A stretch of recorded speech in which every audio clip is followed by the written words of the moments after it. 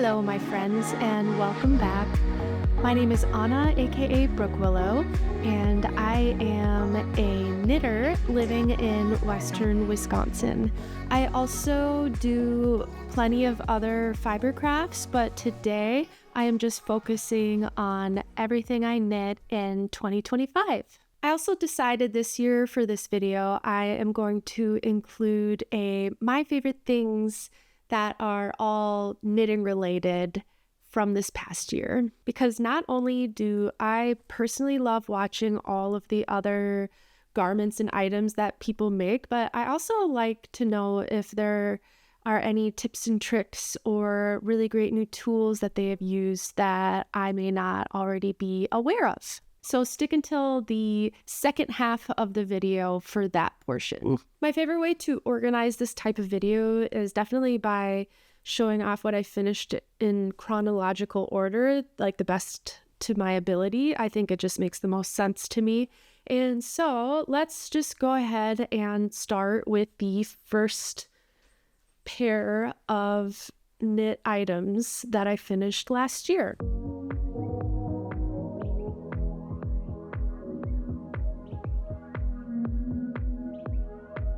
This is the Plumped Up Cowl by Andrea Mowry.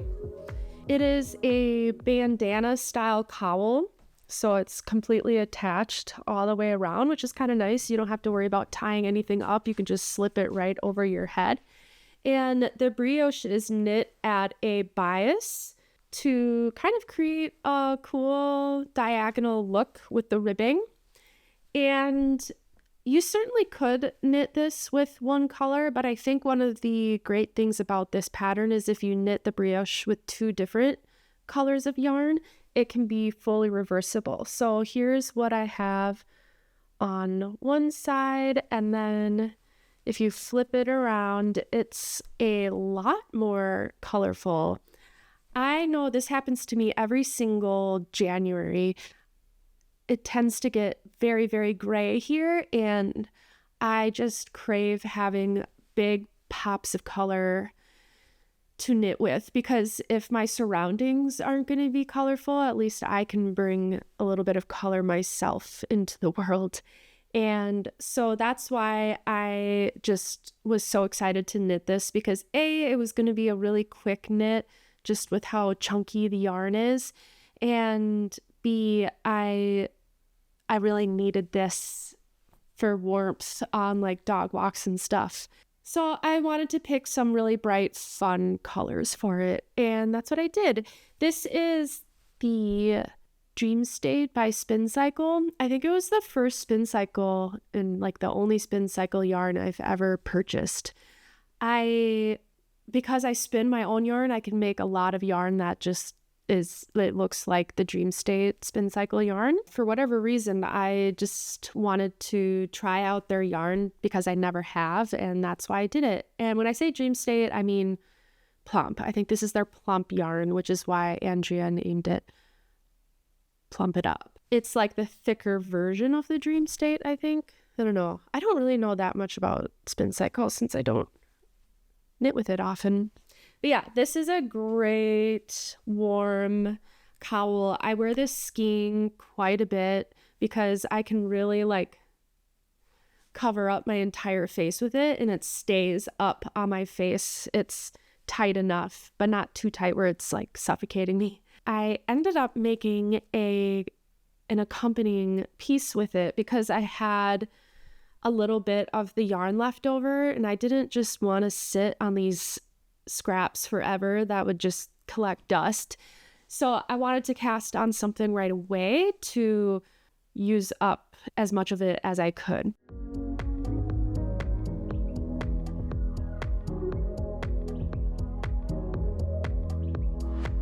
So I ended up making a matching headband to go with the cowl.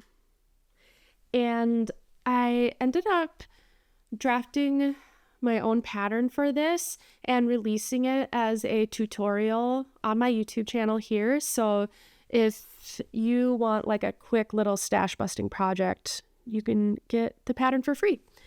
And I also have the instructions written in the description as well. So if you don't want to follow along with the video, you can just copy and paste the instructions right into your notes app.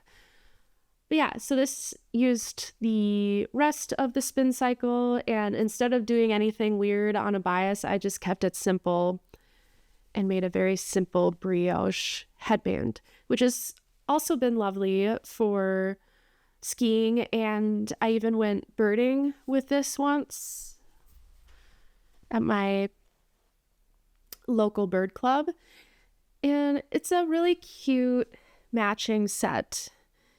I really like headbands, especially for when I have my hair up and it's cold out and I still need to protect my ears. This is a great way to do so.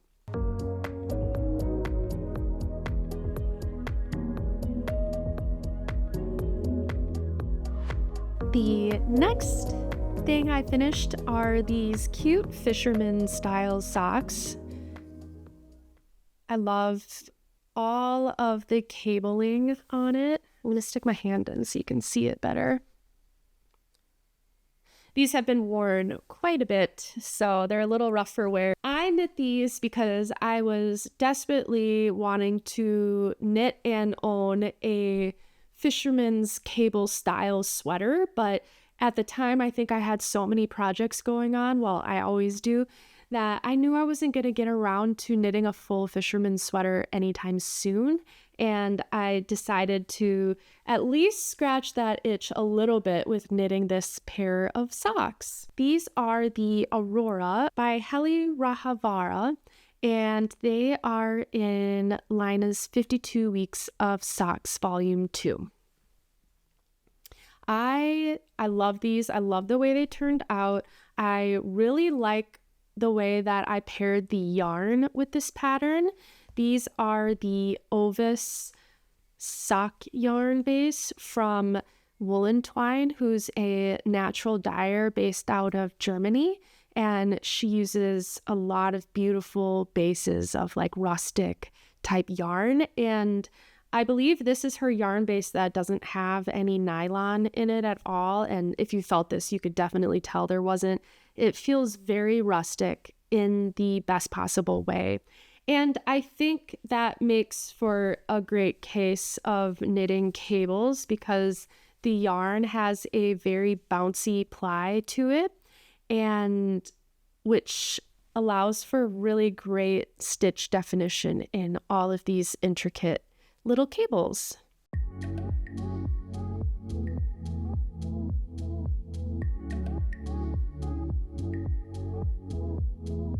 At this point in the year, I finally finished my first garment, and that is the Norma by My Favorite Things Knitwear. This was a collaboration with Blue Sky Fibers. I am a Blue Sky maker. This now that it's 2026, it'll be my third year with Blue Sky Fiber.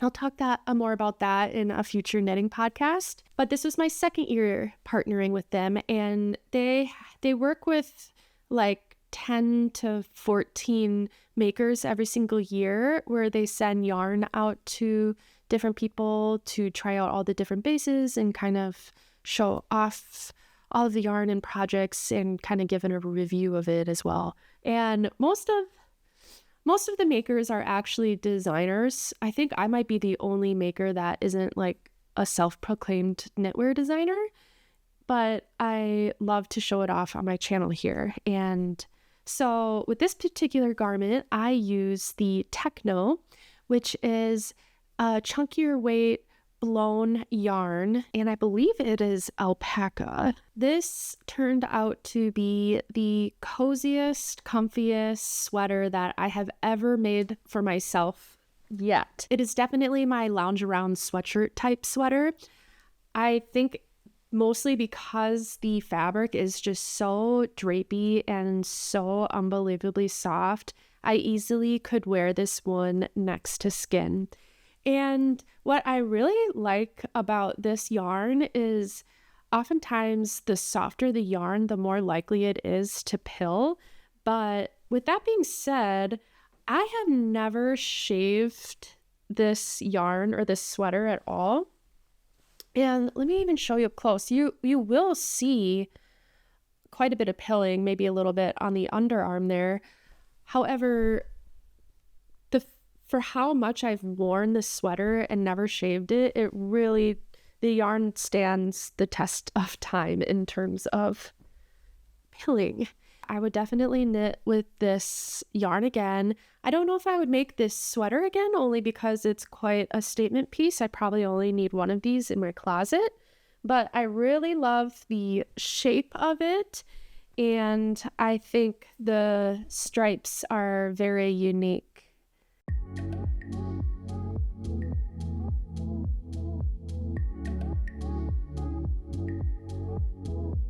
I totally forgot, when I originally was knitting this sweater, instead of the cream stripe, I was going to use a yellow stripe, but then it turned into like a Green Bay Packer sweater, which just wasn't the vibe I wanted to go for.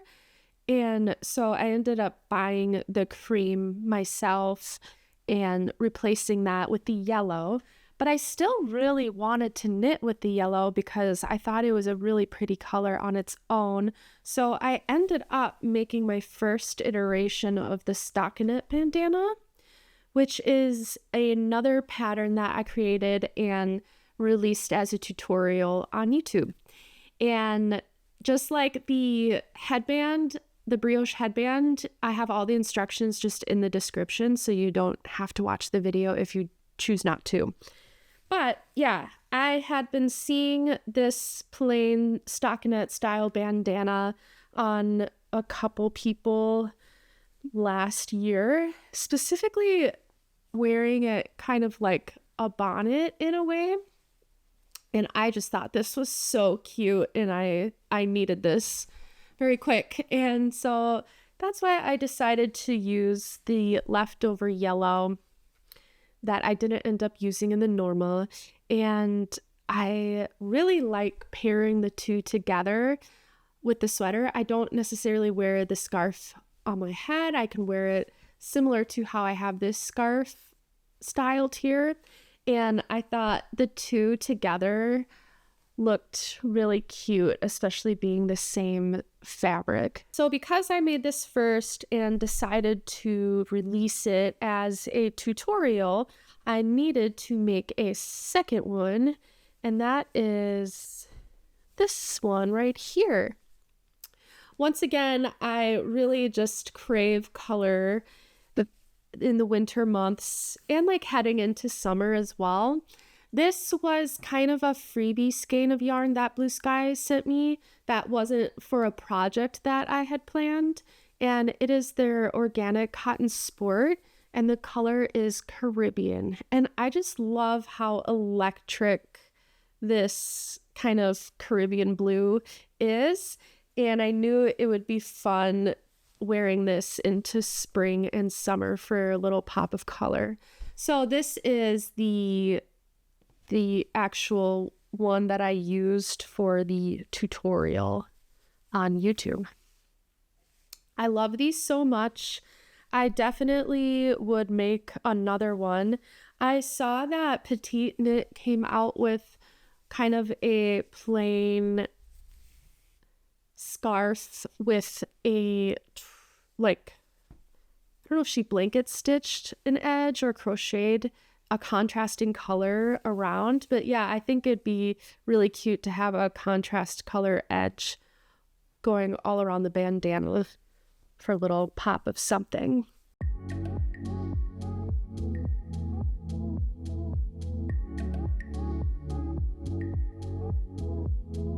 So last year I ended up being part of the sock squad from Farmer's Daughter Fibers, which is a monthly sock yarn subscription club. They send you a skein plus like 20 grams of contrast color every single month. Well, last year's was based around an artist, and these were using, I think it was the first skein that was released in January, and I love these colors so much. At the time, I had just gotten all of my fly fishing gear to go kind of by my house.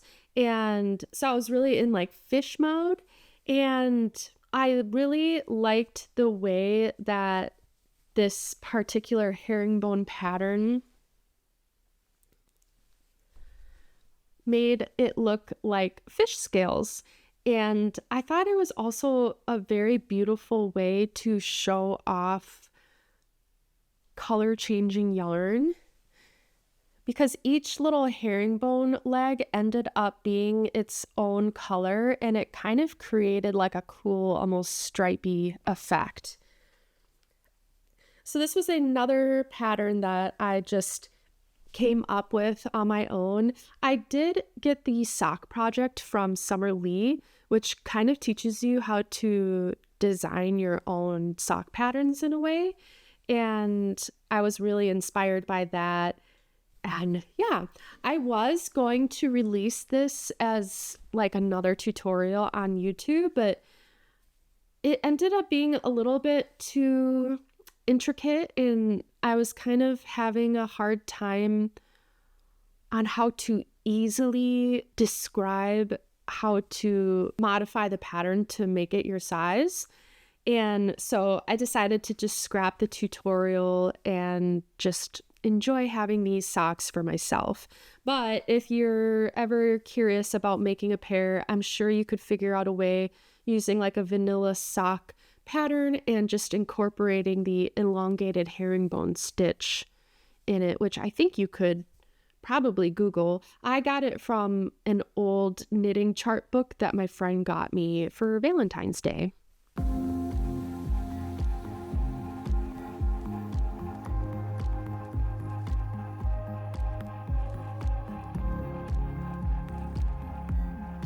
This was a major feat for me. This was a sweater that I had started in 2024, I think in like September, for the release of Making Memories by Claudia Quintanilla. And so it was a collaboration. They sent me a yarn kit to make one of the sweaters from the book, and this is the one that I chose. And I think it's so beautiful. It's knit with only mohair. I think like 2 strands of each color. There's 1, 2, 3, 4 total colors. And it took forever. It used very small needles. I can't remember what size, but imagine them being small. I won't lie, after a while, it kind of started to become a little bit of a slog just because of how slow it was. But the nice thing is the color work on it was very easy to memorize, so I didn't have to stare at a chart the whole time. I did end up bringing this on a girls' trip up north as like one of my only knitting projects to kind of force myself to finish it. And I did end up finishing it up there, and it was kind of amazing because I was surrounded by so many amazing women, and they were cheering me on the whole time I was knitting it. And like, I got to finish it while they were all there. We all got to kind of, I don't know, celebrate my big feat with it. And this easily has been the sweater that I get probably the most compliments on, like from strangers out in public. And probably because it is like a very unique sweater. I don't think you can really come across many full mohair, intricate color work sweaters from a store. So it's definitely not something you're going to see very often. I really, the yarn that I used on this one was Ito Sensei, and it is very, very soft mohair yarn. I would absolutely work with this again in the future for another mohair project. I can totally wear this next to skin without feeling itchy at all, but I do prefer to wear long sleeves under all of my sweaters regardless. But if I had to, I could definitely wear this on its own.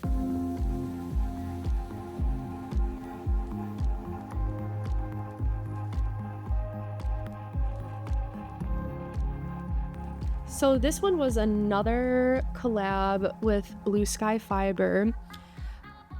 Essentially, when I partner with them, I come up with projects in the fall and we schedule when I'll like release them or post them the following year. And so I knew, like, 2024 fall me knew that I was probably going to want a bright red plain color sweater, but with a lot of texture. I thought that would be so nice for spring and kind of remind me of like poppies. And so that was my inspiration with the color. This is Woolstock Light Rusted Roof, and it's the Woolstock version. It's the light version. So I think it's like the fingering weight version. And it's a single ply yarn. And despite it being single ply, I think it created beautiful texture that you can still see very well within this sweater.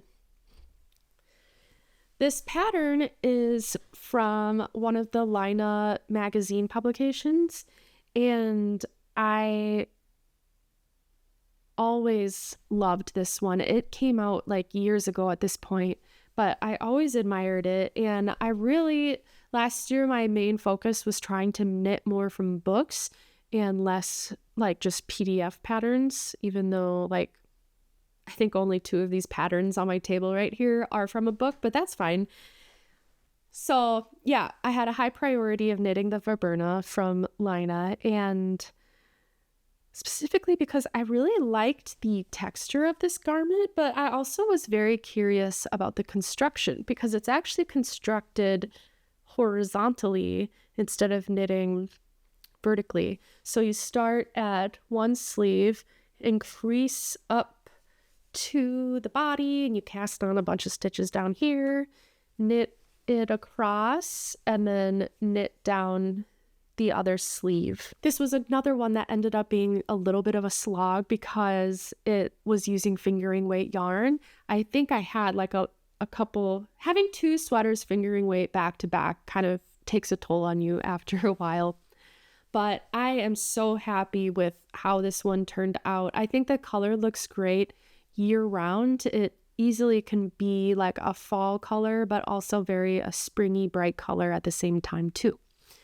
And the fit is fantastic. It's also kind of has a sweatshirty, comfy vibe to it and looks great with blue jeans and really easy to style things with. The only issue I have with it is one of the sleeves is like a little bit longer than the other by like this much. So I end up scrunching this one up a little bit further up my sleeve. I don't think anyone would be able to notice except for me. And I don't want to go back and fix it because the arm is seamed together. And I did a very good job seaming in the fact that I cannot find that seam at all. And so I don't want to unravel this seam just to rip back a couple stitches and then re-seam it. I'm just going to leave it as is because it's not really that big of a deal, to me at least.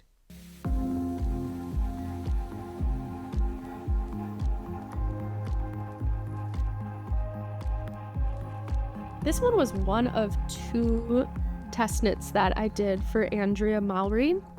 And I actually finished it in April. I think that's when it was due, but it wasn't released until September. And so I kind of chose this color thinking it'd be a really cute green to layer over a lot of like flannels or sweatshirts or campy type things for the summer. But I didn't end up wearing it at all because I wanted it to stay nice and fresh for the final photos, and I didn't end up taking those photos until like before it was released so it could be seasonally appropriate in the fall. But yeah, I love this. This is the only like dickie I've ever really knit for myself, and I thought it was especially cool with the hood attachment on it as well because I love the way a hood looks layered underneath a jacket or like a button up, but I don't like having all of the bulk in the arms, so it's really fun to have this faux sweatshirt that's knit underneath. And yeah, I ended up using Wool Dreamers Cativa. I can't remember the colorway for it. And then for the drawstring, I knew I wanted to have a contrast drawstring because why not have a little fun with it. And this was some leftover scrappy sock yarn from Coast to Coast Fiber Co. And I thought the two looked very nice together.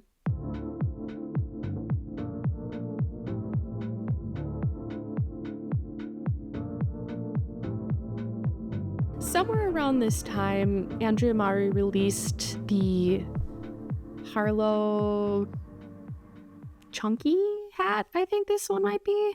She has a whole series of Harlow hat patterns that use different gauges of yarn, so you can make it with pretty much any type of yarn that you have, which I think is pretty cool because it's a really nice classic beanie.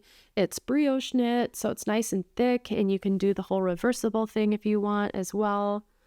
Oh, and that was the thing with this one, is she made it so when you flip the brim up, it matches the top of the hat, so it can be a brimmed hat. Otherwise, it would be like a weird contrast underneath. And so this yarn that I used, this kind of pinky color changing yarn, was some hand spun that I was knitting a pair of like chunky socks with, but quickly realized I was going to run out, which is why I decided to make a hat with it instead.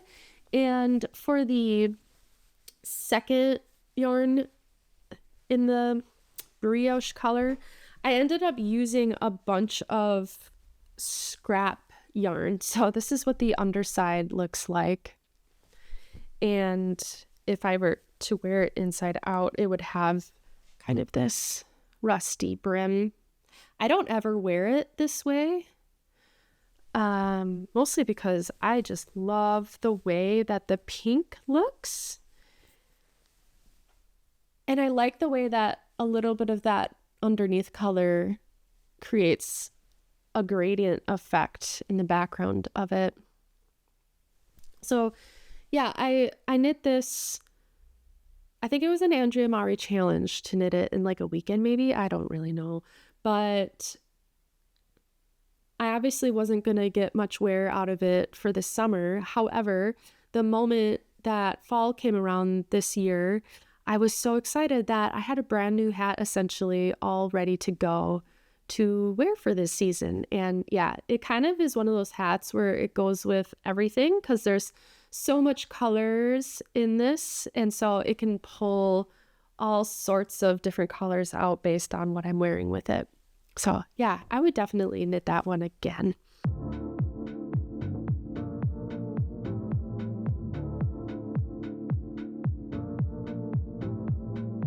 I realized I had never actually posted this one anywhere online.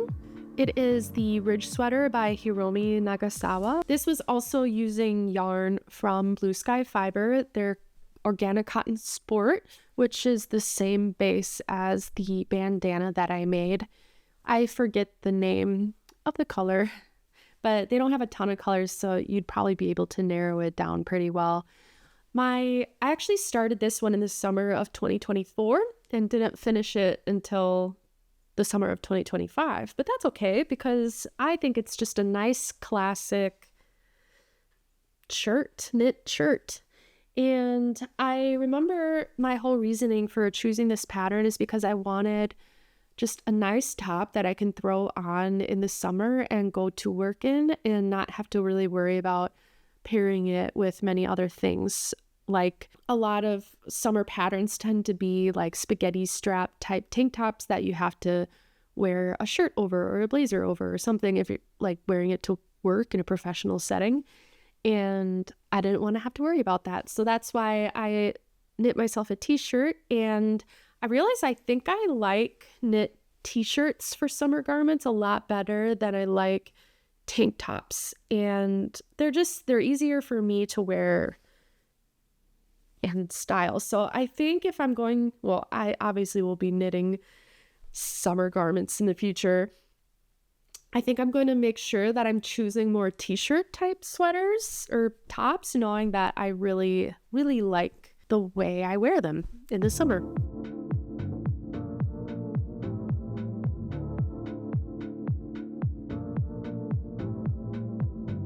Somewhere around this time frame, I completed this Snaraness bandana, I think it's called. It's by Gudrun Johnston. It's actually what I'm wearing around my neck right here. So I wear this thing all the dang time, and I talk about that all the time too.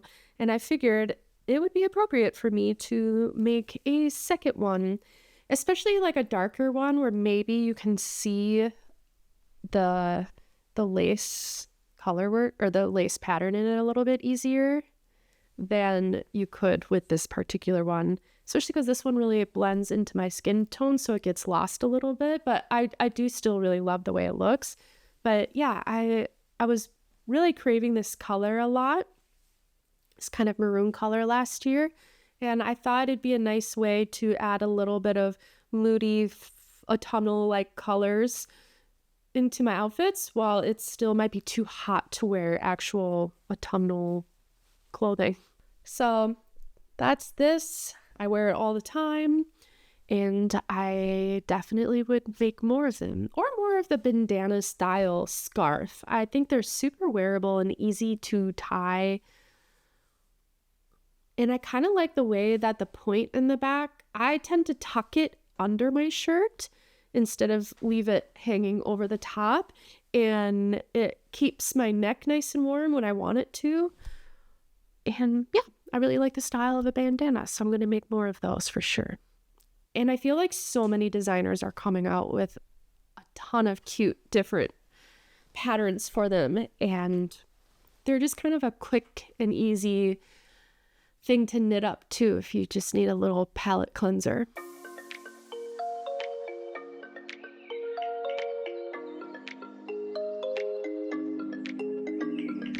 Okay, so at some point last year, I found this beautiful pattern on Ravelry. I think it was in like the Hot 25 or whatever you call it.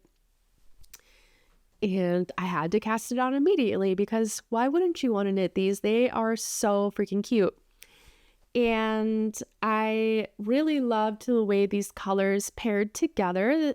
So this green color is another one from Farmer Daughter Fibers Sock Squad. And the contrasting color is from Carly Page Yarn Co. She sent me the yarn because she had just released or launched her botanical yarn dyeing business and wanted me to try out some. And I ended up using her yarn instead of the contrast color that the sock came with because the sock yarn just wasn't quite as bouncy as Carly's yarn was. And her sock, or the yarn she sent me was also a sock yarn, but it was similar to kind of the Ovis, where it's like a little more rustic, a little bit more bouncy of a yarn. And I thought it filled out this pattern so well. And yeah, I think Marie Eve Wedge has a lot of beautiful sock patterns, and I definitely want to knit more of them in the future.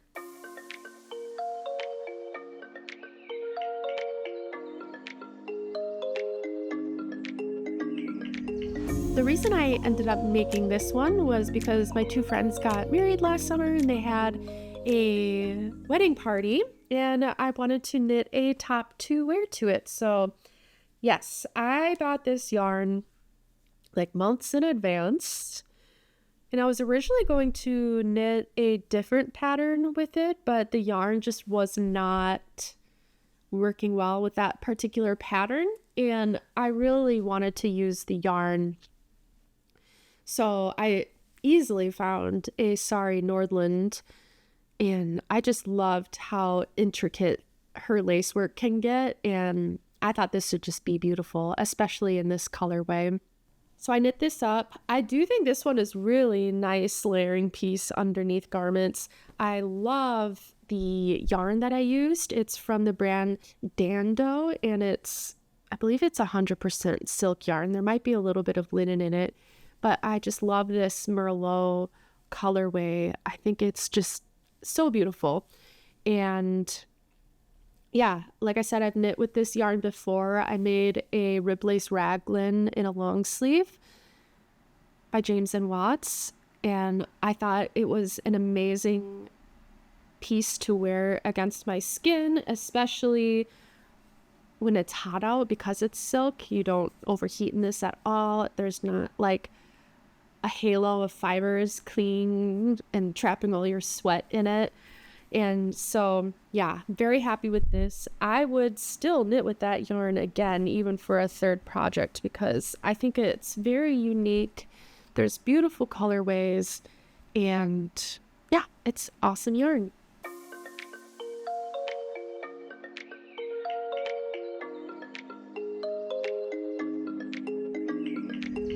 Okay, I remember I got this yarn in July, and I had to cast these on immediately because I thought the colorway was just so pretty. Just this denim-y blue variegated color with this dark brown contrast. I thought that was such an awesome combination that they made, and I really liked the idea of doing a unique angle. So this is why I did like a corrugated rib, and I was trying to come up with different ways of using the contrast color. Instead of just doing a strip at the top, a strip at the toe, I want to be a little bit more creative in how I'm using it, and that's what kind of inspired me to knit it like this.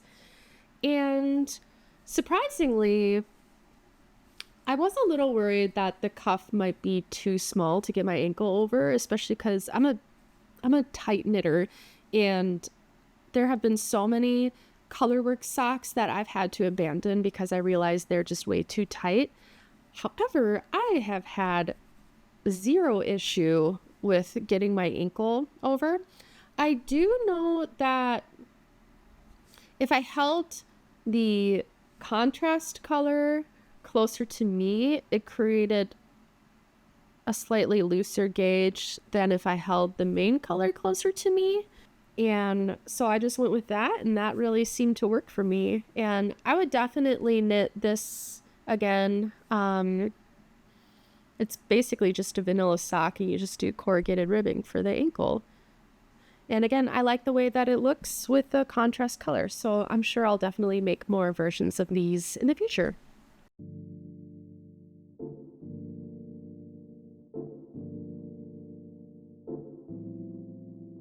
Every season going into fall, I feel like I just want to make a fresh new beanie for myself. Despite having this one ready to wear, I knew that I wanted another one because I wanted something a little more solid and basic in color in a way, but I wanted it to be cable knit because, man, I've been just loving cables so much. And so my mom actually bought this yarn for me when we were in Viburna, Wisconsin, and we stopped into the Utopia yarn shop, and they make their own yarn. And yeah, she's like, well, let me buy you some yarn, and how can you say no to that? So she bought me this skein of their sustainable wool in the most beautiful piney green, and yeah, I made a beautiful hat out of it. It was really quick and fun to knit up, and I've been getting a lot of wear out of it because it kind of goes with like so much in my wardrobe. I really don't have to think too hard about if this is going to match or not.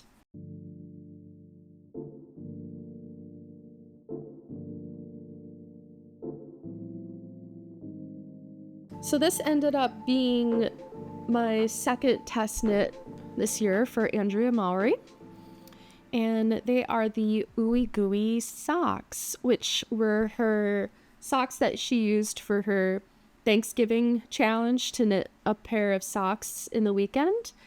And it felt like kind of a full circle moment because I started out knitting socks doing that challenge, and now I got to test knit some socks for that challenge. And I don't know, I just thought it was, the Ooey Gooey patterns are a fun colorwork pattern. I didn't really want to commit to the full sweater because it might be a little too graphic-y for me, but I love having fun socks, and I thought it was just like a nice little way to be able to work with that pattern on a smaller scale project.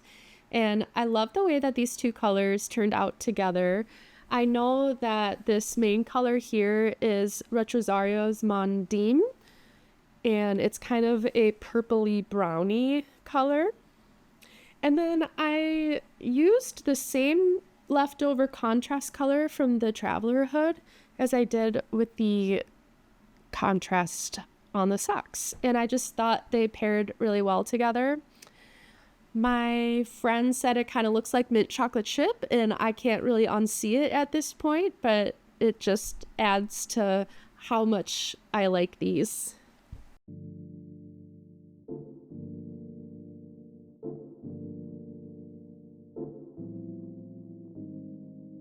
This one was the last one that I made for myself, and then I kind of dove right into gift knitting, which I'm not going to show today because I feel like I just showed them all off in my last podcast. So if you want to see those, then just watch my last podcast that I posted. But yes, this was another major feat for me because, again, I started it in 2024 and didn't finish it for a whole year later. And that's okay because I am so in love with this, and I know I'm going to love this for the rest of my life. I have gotten so much wear out of it. It is the Tessellated cardigan by Andrea Mowry. I did make the Tessellated pullover, I think in 2024 as well, and I realized I needed more cardigans in my life, which is why I knit the cardigan version as well. Safe to say I'm probably never going to knit a tessellated garment again just because of how long it takes. And I knew that going into the cardigan as well after knitting the pullover, but now I for sure know that I don't want to knit anymore. I think it is the coolest mosaic knit colorwork pattern. It's so beautiful. But again, it was a huge commitment. I ended up using Sonder Yarn Co.'s Sunday Morning Luxe or something like that, and for the main colorway here. And then they have a mohair, like I think it's Halo, and so that's what I used for the mohair version. It's like a little hard to see because it's very low contrast, but it's a very burgundy maroon mohair color. And then for the color changing aspect, I ended up using my own hand spun in that I spun up using my supported spindles. And yeah, like I said, I love it. I get so much use out of it. I did make a mistake on the button band where one side is, I didn't pick up enough stitches on one side as I did on the other. So one day I need to go and rip out the whole button band and reknit it, but I don't know. I may never get around to that if I'm being honest. I will say it is pretty noticeable when I wear it, that mistake, so I probably really should go back and fix it, but I just, I've got eyes on the future and I'm not looking back. That was pretty much all of the garments or everything I knit last year. Again, I didn't include any gifts. I realized last year was a very accessory heavy year for me. I think I have 5 knit garments and I have a lot more accessories. And I know that's not going to change going into next year, especially because I have a lot of one-off skeins. And again, that's like a great way. It's a great type of yarn to use in little patterns like this that only take 100 grams of yarn. It was kind of a nice little activity for myself last night when I was brainstorming what my favorite things were from 2025 that are knitting related. I liked kind of seeing what I've learned in the last year that have helped improve my knitting practice. Without further ado, one of my favorite things from 2025 is using washi tape. I certainly am not a stranger to washi tape. I've known about it for quite some time now, but the way that I use it is when I'm knitting from physical books or magazines. If I'm using a chart or if it's a page full of instructions, I realize I hate having to go back and search where my place was every single time. And unlike certain phone apps that you may have, physical books don't have any way of tracking that unless you're writing in it or whatever. But the beauty of washi tape is that it's not as sticky as normal tape, so you can keep unsticking it from the page and re-sticking it as you go down each section of the chart or instructions in the book. So if you are somebody who needs a little bit of help like I do on keeping track on where you are, especially if you are like putting the project away for a little bit and then coming back to it, it's nice being able to find exactly where you left off on the physical book. So this is something that I am absolutely going to be using going forward because I have a lot of knitting books and magazines, and there's a lot of different projects that I want to knit from them. My second favorite thing is I finally downloaded the Knit Companion app last year, and I still just use the free version. I haven't really found any need yet, at least, to download the pro version, which is the paid for version. And I really like this app because you can upload all of your knitting pattern PDFs right into it. And as far as I know, there's no limit on how much storage you can have on it. I could be wrong, and maybe that's what the Pro is for. It has more storage. But the reason why I like it is for a couple of things. First of all, it has this highlight tool that you can move around, and it stays in place. It doesn't move. And if you were to go to like the next page, it would be in a different location that you can keep in a different spot. And so again, similar to the washi tape, it's been a really awesome way to keep track of where I'm at in each pattern. I like how easy it is to flip through the different pages of the PDF instead of having to scroll through like on the preview app on the phone. And I really like how many different row counters there are on it, because there are a lot of times, especially when you're doing sleeves, where it's like decrease every 7th row a total of 5 times. And so you kind of have to keep 2 counters going simultaneously. And I also tend to lose all of my physical stitch row counters. And so it's nice to have all of that on my phone here. And yeah, I've been getting a ton of use out of this. Oh, and the final thing that I really love about this is that your screen doesn't go dark when you're in the app. You have to like get out of the app for it to go dark on its own again. So if you have to reference the pattern on the phone, you don't have to like unlock your phone every single time to see where you left off. It'll just stay open like you see here. My third favorite thing from 2025 is this hand massager that I got, I think, last September. It's from the company Bob and Brad, and they sent this to me like last fall, and I get so much use out of this thing. It uses these airbags inside of it, and it's like you can see completely through it, so you can have your fingers out if you need to and have it focus more on the wrist. And yeah, the nice thing, it just uses like airbag technology, and it creates different pressure points on your hand, and that's how it massages it. And there's different speeds that you can use, and there's different strengths of pressure, and it also has a heater option, which is really nice, especially in the winter when my hands get super cold. And yeah, this has definitely helped me get all of these different projects done while keeping my hands safe at the same time and treating them well. So I'll make sure to link this. I'm not an affiliate at all. I don't get any financial money from my review of this. They just sent me the product. So I really like it though, and I'm definitely going to continue to use it. My fourth favorite thing from this year is not using a cable needle.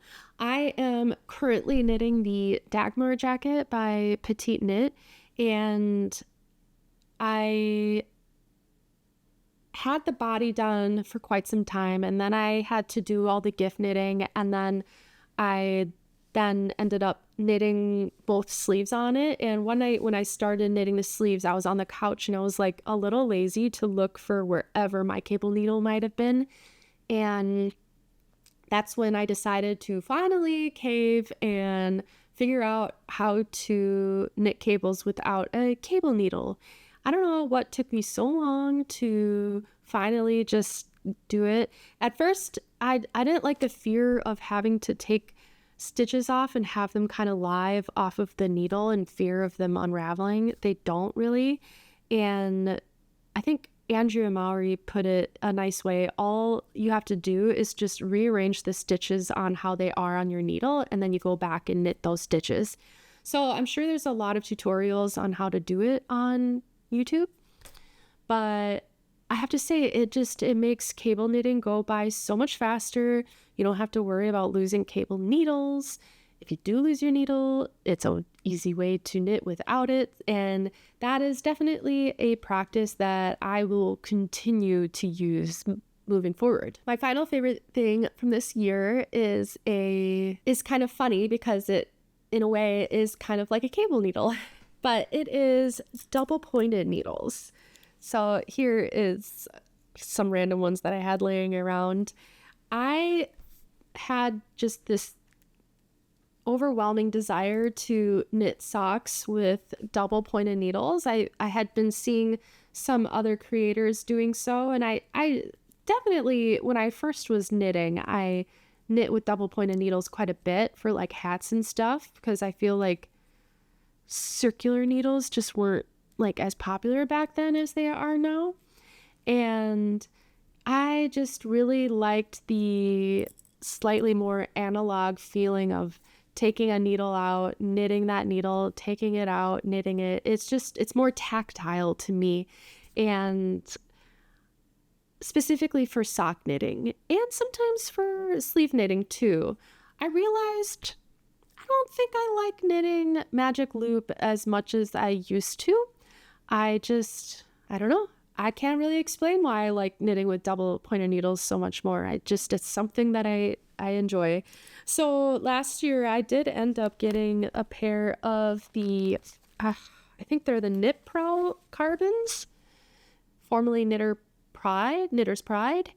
And these particular needles, I was getting like splinters from them, and I definitely don't like that, but I love just how durable these are. They barely bend at all because of the carbon. But because I was getting splinters from it, I did decide to get a different set of double pointed needles. And so that's when I got these Luca Indigo set. I got like a whole set with all different sizes. The thing that sucks about having wooden double pointed needles, especially when I'm knitting socks, is because they're just so much more easy to break. I've already broken 2 needles.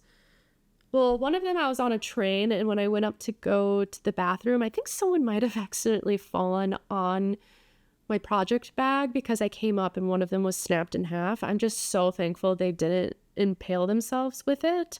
But yeah, so that's how I broke the first one. And then the other one that I broke, it's because it was like on a size 0 wooden needle, and I was just being too rough, so it snapped right in my hand. So that's the downside of double pointed needles, and I think I am going to give the carbon ones a little more of a try. I think I'm going to try to like file it down a little bit to get any extra splinter there may be on the carbon needles, but yeah, I'm going to give these a try again because the durability of the carbons, again, nothing compares to that. So yeah, that's basically my review of everything knitty in 2025 for me. I know going into next year, I'm not going to really like try to set any major goals or intentions or anything.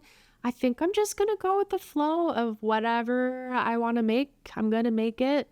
I'm not really one who makes like a make 9 or anything because I kind of don't want to nail myself down to certain patterns that I need to knit all year, because I also get kind of sad with myself if I only end up knitting like maybe one thing on the Make 9. And I know these types of videos tend to bring in new viewers. That's certainly how I discover different creators on this platform, and I think they're so fun. So if you're new here, welcome.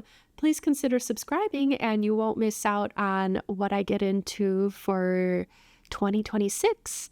And if you're a longtime viewer here, thank you for always sticking around and all of your wonderful comments. You definitely made 2025 a very nice, cozy year for me.